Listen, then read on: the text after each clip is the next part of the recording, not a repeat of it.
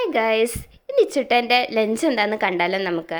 അവൻ ഇന്ന് ദാലും ബീട്രൂട്ടും അതിനോടൊപ്പം റൈസും കൂടെ കൊടുക്കാനാട്ടോ ഞാൻ പ്ലാൻ ചെയ്തിരിക്കുന്നത്. അവന് ഓൾറെഡി ഞാൻ എന്നും റൈസ് തന്നെയാണ് കൊടുക്കാറ്.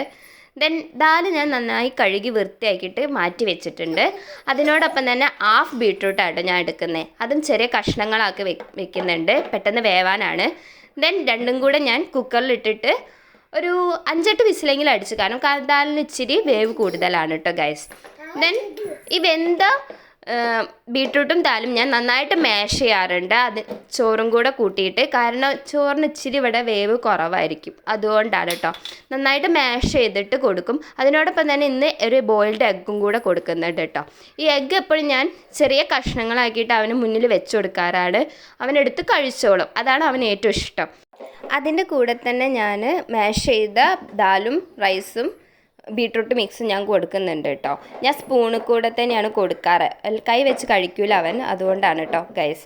ദെൻ ഓൾറെഡി ലഞ്ചൊക്കെ ഞങ്ങൾ ഫിനിഷ് ചെയ്തിട്ടുണ്ട്.